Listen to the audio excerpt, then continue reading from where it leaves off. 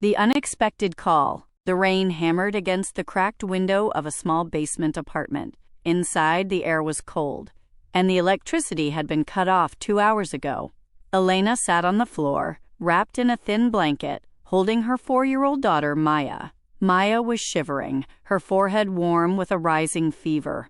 Elena looked at the empty medicine bottle on the floor. She had spent her last few dollars on bread the day before. She was exhausted. She had lost her job at the local diner when it closed down, and since then, every day was a battle against silence and hunger. She picked up her phone.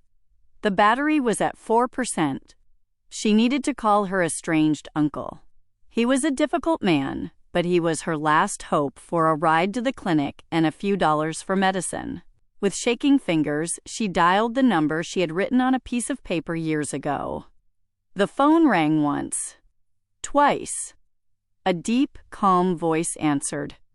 "Hello?"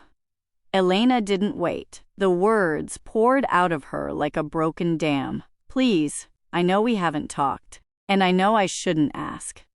But Maya is sick. She has a fever, and I have nothing left. No lights, no medicine. I just need a lift to the hospital. Please help us." There was a long silence on the other end. Elena started to cry. "I'll work it off. I'll do anything.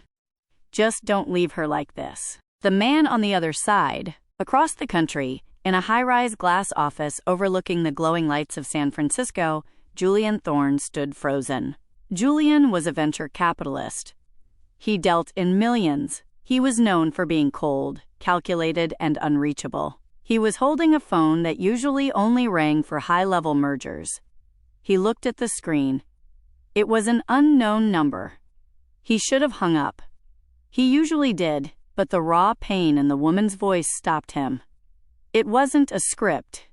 It was a soul-breaking, "You have the wrong number," Julian said quietly. Elena gasped. The sound of her breath catching made Julian's chest tighten. "Oh, God. I'm so sorry," she whispered. I'm so sorry." Before she could hang up, Julian spoke quickly. "Wait. Where are you?" Elena hesitated. I shouldn't have called. I'm embarrassed." "Tell me where you are," Julian repeated, his voice commanding but not unkind. Elena, feeling she had nothing left to lose, told him the name of her small town and her address. The call cut out. Her phone died. The turning point. Julian stared at his desk. He had a flight to Tokyo in 3 hours. Instead, he picked up his office phone.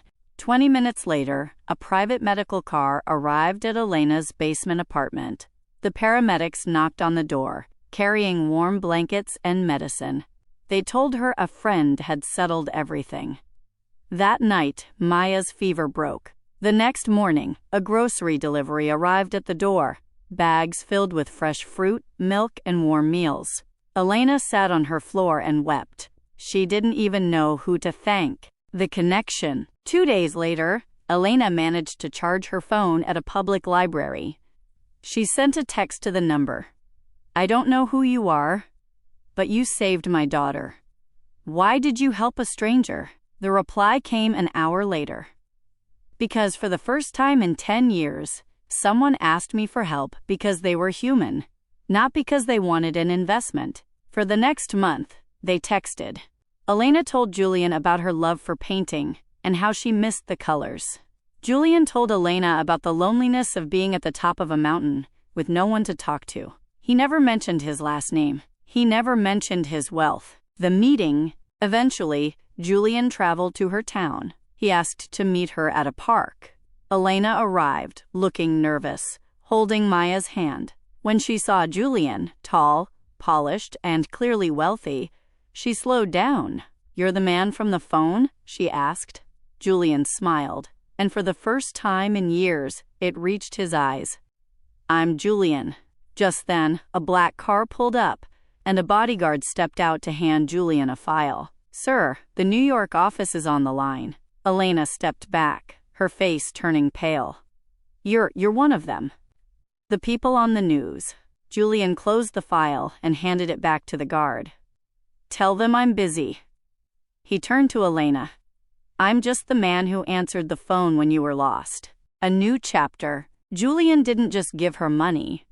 He gave her a chance. He helped her open a small art studio. He made sure Maya went to the best school. But he stayed in her life not as a donor, but as a partner. The world whispered. They said she was lucky. They said he was being reckless. But Julian and Elena knew the truth. Wealth can buy a lot of things, but it can't buy the moment two strangers decide to be kind to one another. One evening, as they watched Maya play in a garden that was now their own, Elena looked at her old, cracked phone. "I still have the wrong number saved in my contacts," she joked. Julian took her hand. "Keep it," he said. "It's the only number that ever led me to the right place. Would you like me to write another story with a different setting, perhaps involving a different kind of accidental meeting?"